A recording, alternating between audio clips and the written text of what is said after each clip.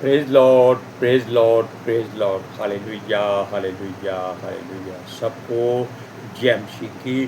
परमेश्वर, हमारा परमेश्वर जो सबका परमेश्वर है, वो चाहता है कि जैसा वो आपसे कहे आप वैसा करें। उसके विरोध में कोई काम ना करें, वरना उसका क्रोध भड़क जाएगा। हम सब मिलकर प्रार्थना करते हैं। हे मेरे आसमानी पिता, रूहानी पिता, अनुग्रही पिता, समर्थी पिता, दयालु पिता, जलाली पिता, करुणामय पिता परमेश्वर, दुख देकर पछताने हारे मेरे प्रभु, विलंब से क्रोध करने वाले मेरे मुक्तिदाता, मेरे उद्धार करता, हम आपका धन्यवाद करते हैं। हर रोज़ की तरह आपने एक दिन नया और दिया खुदावंद, ताकि हमारे जीवन में खुशियाँ और हर तरह की आशीषें बरकतें आ जाएं। हे पिता परमेश्वर यहोवा, आपने हर रोज़ की तरह अपने बच्चे को वचन बोलने के लिए दिए हैं ताकि प्रचार किया जाए। और हम पितर आत्मा जी से विनती करते हैं कि हे प्रभु पितर आत्मा जी, आप आइए, आपका स्वागत करते हैं। आप उन वचनों को जो पितर शास्त्र में से हमारे को भेजे गए हैं, आप उनको मेरा मुंह बनकर बोलिए, ताकि वचनों का गुणनवाद हो और सुनने वालों के हृदय छिप जाए और लोग सच्चाई को जाने, सच्चाई उनको आज़ाद करे और परमेश्वर के वो हुक्मों को माने, उसकी आज्ञाओं को पूरा करें, उसके पथों पर दौड़ें। पिता परमेश्वर यहोवा उनको अनुग्रह से भरे। मेरी विनती, मेरी प्रार्थना जीसस के समर्थी जलाली कदूस जीवित और पवित्र नाम में मांगते हैं। सुनो और कबूल करो, आमीन। अब हम आपको एक बात बताते हैं कि अगर परमेश्वर कहता है कि दाएं चलो तो दाएं आपको चलना पड़ेगा। अगर वो कहता है बाएं चलो तो बाएं चलना पड़ेगा। अगर वो कहता है कि सीधा चलो तो सीधा चलना पड़ेगा। अगर वो कहता है कि अपना मुंह आगे रखकर पीछे की ओर चलते जाओ, तो आप उसमें इनकार नहीं कर सकते, क्योंकि परमेश्वर का हुक्म है। अगर आप पीठ के और यानी कि उल्टे पांव चलेंगे, आपको गिरने का खतरा होगा। लेकिन अगर परमेश्वर ने आपसे कहा है तो वो आपको गिरने नहीं देगा, बल्कि आपका मार्गदर्शन करेगा और आपकी आत्मिक आंखें खोल देगा, ताकि आप अपने चारों ओर अपने मार्गों को देख सकें, परख सकें और बेखौफ होकर उसके कहे के अनुसार जैसा वो कहता है चलते जाए। यरूशलेम के लोगों को परमेश्वर ने कहा कि देखो, आपके लिए बुरा समय आ रहा है, इसलिए खबरदार हो जाओ। कि उनको चेतावनी दी गई कि उन पर आक्रमण होगा, लेकिन अगर वो परमेश्वर की ओर मुड़े रहेंगे और उसका हुक्म मानेंगे, उसकी आज्ञाओं को पूरा करेंगे, उसके पथों पर चलेंगे, तब परमेश्वर आपकी हर इच्छा को पूरा करेगा। वो आपकी अगुवाई करेगा, आपका मार्गदर्शन करेगा और आपको आपके बैरियों से निजात दिलाएगा। बड़े बड़े राजाओं की आपने ये जो कहानियाँ, उसमें सच्ची कहानियाँ पढ़ी हैं, तो उसमें लिखा हुआ है कि परमेश्वर ने उनके बैरियों को आपस में लड़वा कर मरवा दिया, या परमेश्वर के स्वर्गदूत ने आकर उनके यानी कि परमेश्वर के लोगों के बैरियों को एक ही रात में मृत्यु की नींद सुला दिया। आप जानते हैं कि परमेश्वर जो चाहता है अपने बच्चों के लिए करता है, लेकिन उसके बच्चे ढीठ, जिद्दी और मूढ़ होते जा रहे हैं, वो उसका हुक्म नहीं मानते। जब परमेश्वर ने यरूशलेम के वासियों से कहा कि खबरदार हो जाओ और जैसा परमेश्वर कहता है वैसा करो, वो कहता है सिर मुंडाओ, टाट पहनो, प्रार्थना करो, विनती करो, ताकि परमेश्वर आपके बैरियों का नाश करे। अब जानते हैं कि नीनवे के लोग बहुत बुराई में पड़ चुके थे, ऐसे पड़ चुके थे कि वो परमेश्वर की निगाह में नाश होने के कगार पर पहुंच गए थे। तब परमेश्वर ने अपने दास योना नबी से कहा कि जाकर उन लोगों को प्रचार कर कि परमेश्वर उनके नगर को और उनके सारे संपत्ति को और उनके भेड़ बकरी गाय बैल को, उन लोगों सब के समेत वो नाश करने वाला है। इसलिए मन फिरा लो, मुड़ जाओ। जब योना नबी अपनी 3 दिन की सजा भुगतने के बाद वहां पहुंचा तो उसने जाकर प्रचार किया। वो इतना बड़ा नगर था कि उसको एक कोने से दूसरे कोने तक जाने के लिए 3 दिन लगते थे। बेशक वहां केवल 120 लोग थे, लेकिन ऐसा है कि वो 120 लोग कितनी कितनी दूर रहते थे ये उसको देखना पड़ता था। और लोगों ने मन फिराया, 3 दिन का उपवास किया और परमेश्वर ने उनके अधर्म के कामों को क्षमा कर दिया। लेकिन अब यहाँ की बात करते हैं यशाया की पुस्तक, उसका 22वां अध्याय। उसमें परमेश्वर ने, सेनाओं के यहोवा ने, प्रभु यहोवा ने उनसे कहा कि ये रोने पीटने का, चीखने चिल्लाने का समय है, टाट ओढ़ने का समय है और सिर मुंडाने का समय है, ताकि आपके ऊपर जो विपत्ति पड़ने वाली है उसको परमेश्वर रोक दे। लेकिन उन्होंने क्या किया? उन्होंने अपने शहर की शहरपनाह को मजबूत करना शुरू कर दिया, परमेश्वर का हुक्म नहीं माना और वहां बसे हुए लोगों के घरों को भी ढा दिया जो शहरपनाह के रास्ते में आते थे। यानी कि लोगों के घरों को उजाड़ा, परमेश्वर का हुक्म नहीं माना और फिर अपनी सुरक्षा अपने हाथ में लेनी शुरू कर दी। क्या परमेश्वर आपको ऐसे समय में बचाएगा? नहीं। जब उन्होंने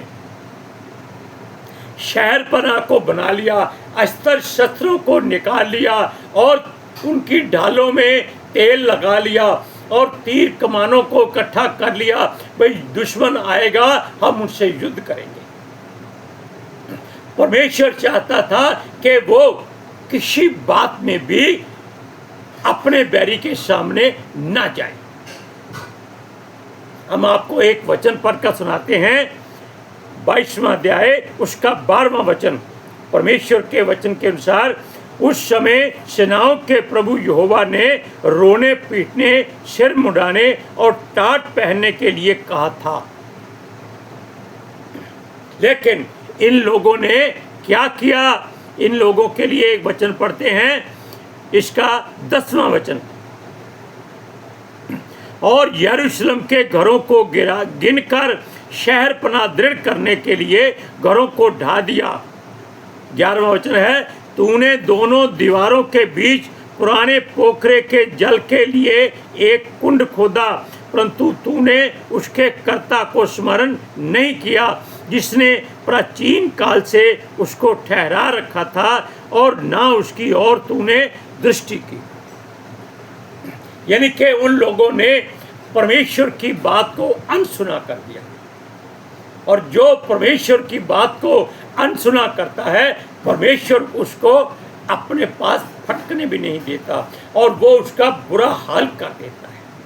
लेकिन हमारा परमेश्वर दयालु है, करुणामयी है, विलंब से क्रोध करने वाला है, अनुग्रहकारी है, दयालु है। वो फिर भी कोई ना कोई मार्ग निकाल देता है। अब आप देखिए, इन लोगों ने जो किया उसके बाद में इन्होंने और भी परमेश्वर को क्रोध करने का काम दिया। इन्होंने क्या किया? शहरपनाह बनाकर अपने आप को सुरक्षित समझ लिया और सब ने मिलकर गाय बैलों को, भेड़ बकरी को वध करके मदिरा और दाख रस और दाख मधु लेकर आनंद करना शुरू कर दिया कि अब हम सुरक्षित हैं, हमको किसी बात का डर नहीं है, हमें परमेश्वर की सहायता की आवश्यकता नहीं पड़ेगी। क्या आप परमेश्वर की सहायता के बिना सांस ले सकते हैं? नहीं।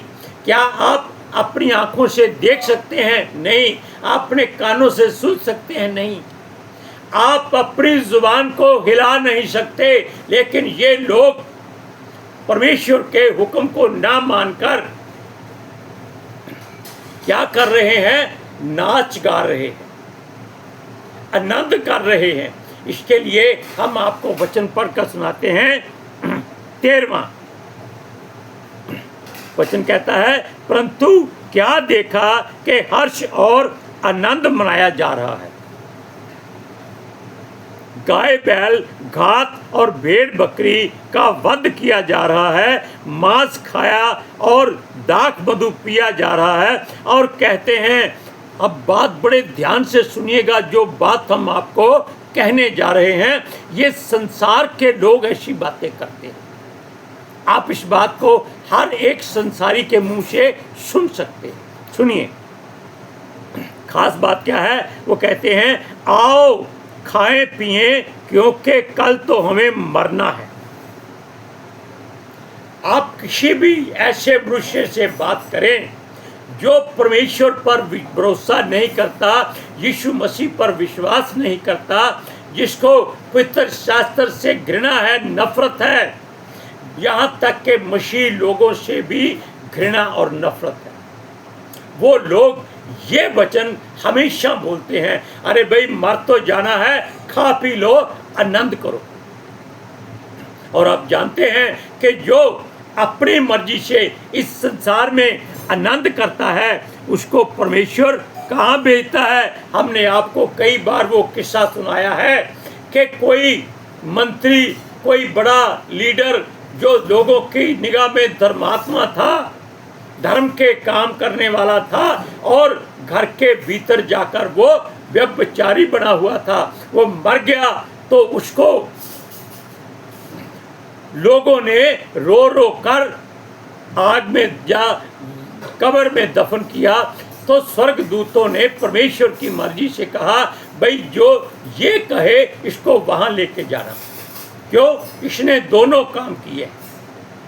उससे पूछा गया, भाई तू कहाँ जाना चाहता है? तू मर चुका है, स्वर्ग में जाना चाहता है या नरक में जाना चाहता है? तू बता।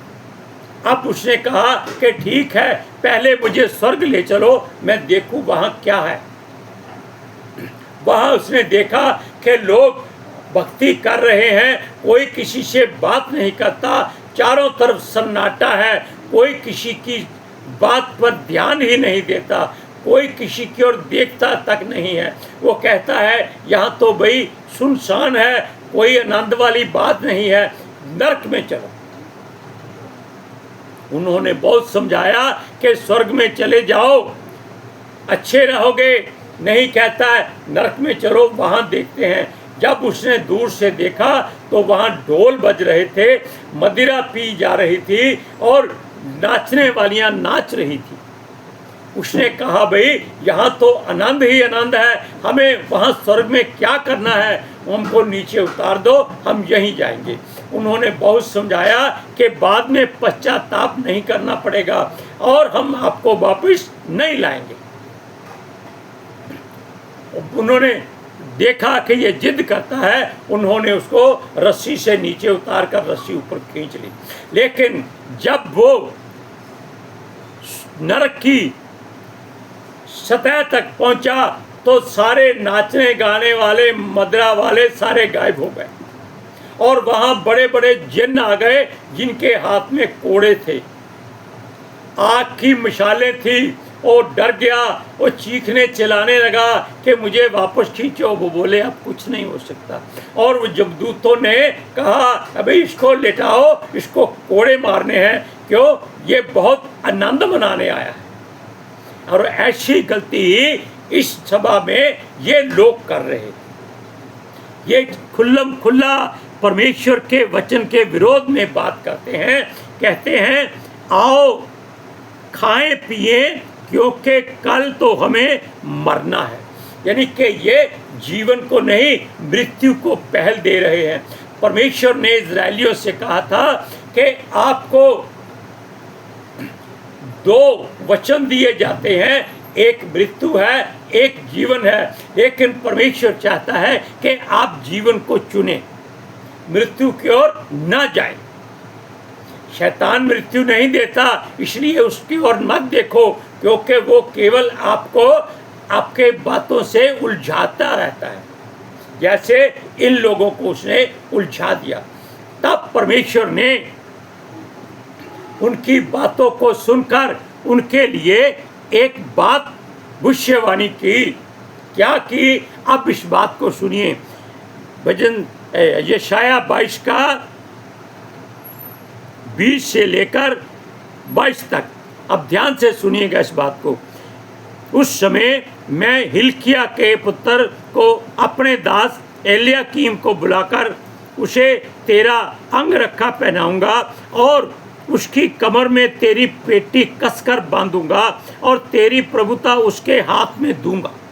ये परमेश्वर का फैसला था, अंतिम निर्णय था। सुनिए, मैं दाऊद के घराने की कुंजी उसके कंधे पर रखूंगा और वह खोलेगा और कोई बंद ना कर सकेगा, वह बंद करेगा और कोई खोल ना सकेगा। अब ऐसी आशीष जिसको मिल जाए बिन मांगे, तो वो कितना भाग्यशाली होगा। हालेलुया! वो कितना किस्मत वाला होगा कि परमेश्वर यहोवा ने उसके जीवन में बिन मांगे आनंद भर दिया है, मोतियों से भर दिया है। और उसको देखो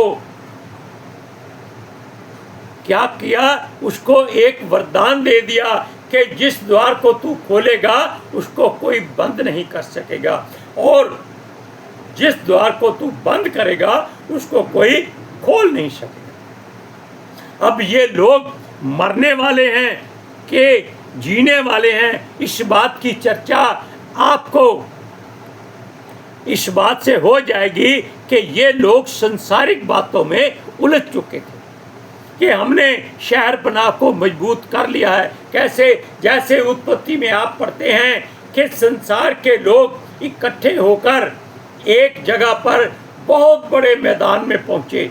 उन्होंने कहा भाई ऐसे ही है कि हमने परमेश्वर से बातें करनी है, तो कोई जरिया बनाया जाए। उन्होंने क्या किया? आपस में सलाह मशवरा किया, क्योंकि तब एक ही बोली थी, एक ही भाषा थी और सबका एक ही मकसद होता था। उन्होंने कहा आओ हम मिलकर ईंटें बनाते हैं। तब ईंटों की शुरुआत हुई थी और एक इतना बड़ा बुर्ज बनाएंगे जो आकाश तक जाएगा और परमेश्वर के द्वार तक पहुंचेगा, तब हम परमेश्वर के पास जब चाहे जा सकेंगे। और परमेश्वर ने स्वर्ग से झांक कर देखा कि ये लोग ढीठ बन के हैं, इनको अलग कैसे किया जाए। तब परमेश्वर ने उनकी भाषा में गड़बड़ी डाल दी ताकि वो लोग एक दूसरे की बोली समझ ना सके। अगर वहाँ दो लोग खड़े होते थे तो दोनों के लिए भाषा अलग होती थी। तब उन्होंने सारा काम छोड़ दिया और संसार के अलग अलग हिस्सों में बस गए। और आज भी संसार में लाखों तरह की बोली बोली जाती है, ये सारा उसी का कमाल है। और अब देखो परमेश्वर ने इनके हाथों से जो हुक्म यानी कि जो राज सब था, यानी कि राज्य का भार था, वो किसको दे दिया? वो दे दिया हिल्किय्याह के पुत्र परमेश्वर के दास एलयाकीम को, और उसको पूरा अधिकार दिया कि वो जो चाहे इनके साथ व्यवहार करे, इनको मारे या रखे, ये उसकी मर्जी है। क्योंकि परमेश्वर कभी अपने हाथ से किसी को नाश नहीं करता, क्योंकि हम लोग उसी के हाथों के बनाए हुए बच्चे हैं और हमारी तस्वीरें उसके हाथ में उकेरी हुई है, और वो अपने बच्चों को अपने हाथ से कभी नाश नहीं करता। इसलिए आप इस बात का ध्यान रखें कि अपने घर को मजबूत न करें, केवल अपने हृदय को मजबूत करें और उसमें पितर आत्मा जी का मंदिर बनाएं और परमेश्वर का भवन अपना जिस्म ठहराए, ताकि परमेश्वर आपकी शहर बना स्वर्ग दूतों के द्वारा तैयार करे। आपको कभी किसी बात की कोई चिंता फिक्र नहीं होगी। Hallelujah, praise Lord. अब हम मिलकर प्रार्थना करते हैं। हे पिता परमेश्वर सर्वशक्तिमान परम प्रधान सृष्टि के मालिक और खालिक, आपके द्वारा दिए गए वचनों का प्रचार धरती की छोर तक पितर आत्मा जी के द्वारा हो चुका है, और ये लोग जो इन वचनों को सुनेंगे वो परमेश्वर की सच्चाई जानेंगे और परमेश्वर के मार्गों पर चलेंगे। वो अपनी मर्जी नहीं करेंगे और ना ही वो संसार के लोगों की तरह अपनी मृत्यु को याद करेंगे। वो हमेशा जीवन की ओर जाएंगे, क्योंकि राह, सच्चाई और जीवन हमारा प्रभु यीशु मसीह है, और उसके बिना कोई पिता परमेश्वर के पास नहीं जा सकता। इसलिए हर एक जन इन वचनों को सुने, मन फिराए और पिता परमेश्वर यहोवा के शरण में आए।